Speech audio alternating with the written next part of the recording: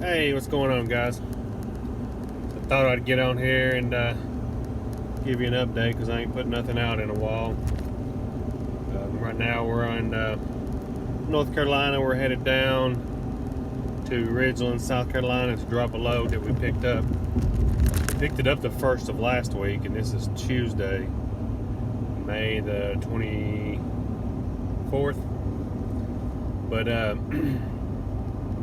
I got sick last week. Me and my wife both did, and I was in bed for 4 straight days, so I ain't done nothing. It was rough, and the doctor just said it was some kind of viral type infection. And man, it kicked my butt. So yeah, so we ain't done anything. Laid around, slept. I'm stubborn and don't go to the doctor. So I was just trying to suck it up, and then she got sick. Of course, she was going to the doctor, and I'm like, well, if you're going, I'm going to go with you, I guess. So that's where we're at on that, but we are back on the road. We're dropping this one down here in South Carolina, and then we're going to Indiana, and we're picking up another one coming back to South Carolina, and then we'll go from there. So called, I think it was Tuesday or Wednesday of last week, just to check on the international, because originally it was supposed to be 3 to 4 days to get the transmission in, and then by the end of the week, which would have been this past week, they thought they were going to have it done. So I called Tuesday or Wednesday because I hadn't heard from anybody, just to make sure the transmission came in and all that. And at that point in time, it hadn't even come in. He said he would call me when it came in. So I still haven't heard from him, so I still don't know that it's even came in.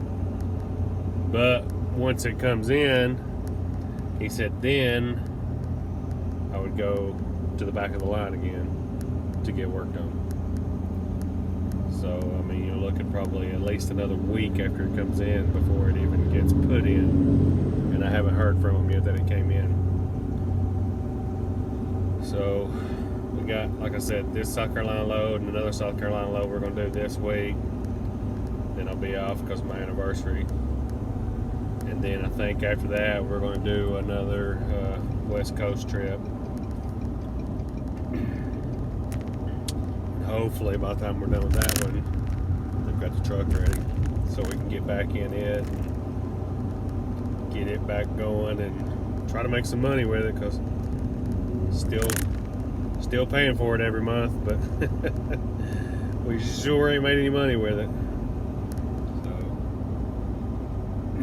but that's where we're at on that. But did also was looking at, right now I'm doing single pool, and we've got loads on there, 25, 26 footers going out west for $2 a mile, and then there's the 40-foot park model is going out there for $2.20 a mile.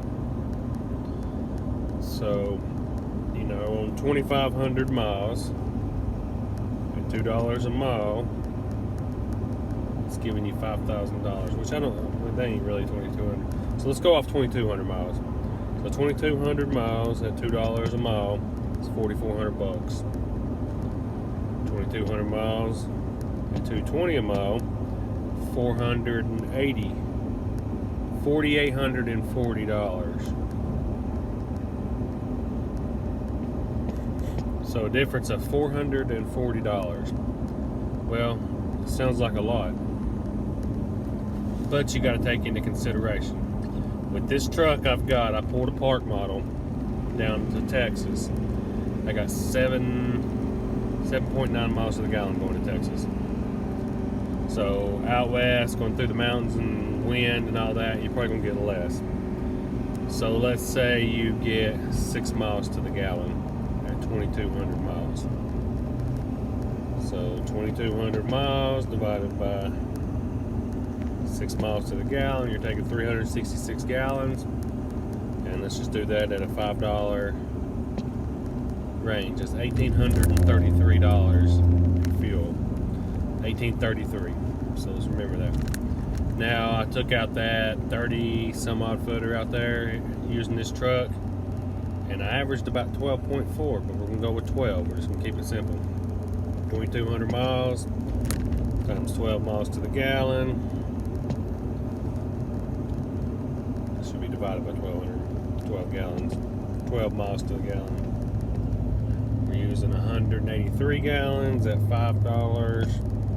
That's $916. So it was 1833 minus 966, and you've got a difference in fuel of over $800. But remember, we were only making 400 and something more dollars on the load.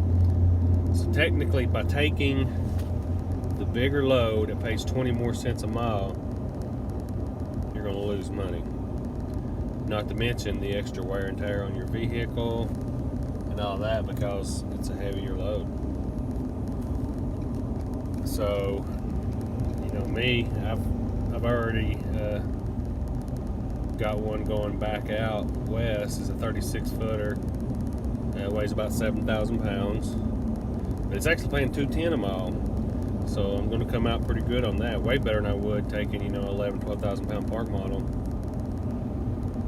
So that's just something to take into consideration. Just because you see it pays $220 a mile, and you're going to make, I'm going to make $500 extra dollars by taking. I'm going to take that one because it's the gross is $500 extra. But in your net of just getting out there, you're going to lose a couple $100.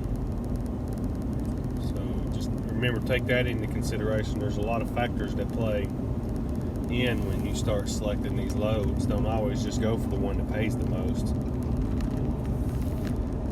Like I said, I took that one park model down to Texas, and it was absolutely horrible. It'd been a long time since I'd done a park model, and it was horrible. In 2 miles, keep left onto I-26 east towards Spartanburg. So that's just something to keep in the back of your mind as you are looking at the load board and figuring out what you want to do. At the end of the year, it's nice to see that big gross number, and we're all striving to say, we made $150,000, $160,000 gross. But when it comes down to it, it's really all about the net. It's how much money do you keep in your pocket. With these fuel prices just rising every single day, everything you can do to keep that money in your pocket is valuable. That's why I know a lot of guys don't want to change their own oil and stuff, but there's a place there in town where I live. If you buy your own oil, you bring your own filter, they will change your oil for $49. And I'm like, $49? And I'm supplying everything? So why not just supply everything and change it in my driveway and save the $49? So it's $50. I changed it before I went out west. I want to change it before I go again.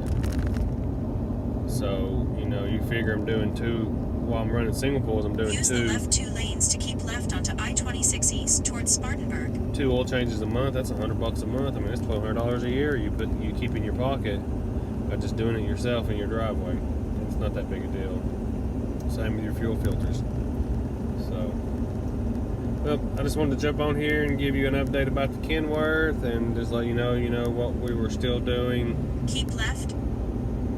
Still doing single pulls, and just to keep your eye out. For 113 miles, continue straight. On selecting your loads to try to keep a few, extra $100 in your pocket if you can. So, and that 12.6 miles, that was between me running with the cruise at 65, 68 out. I done in the whole trip, even in coming back and everything, I think I was up around 50 miles a gallon round trip. That was included going out and coming back, so it wasn't too bad. Okay, well, I'm gonna jump off here, guys. I just wanted to give you an update and let you know what was going on, and get with you guys in the next one.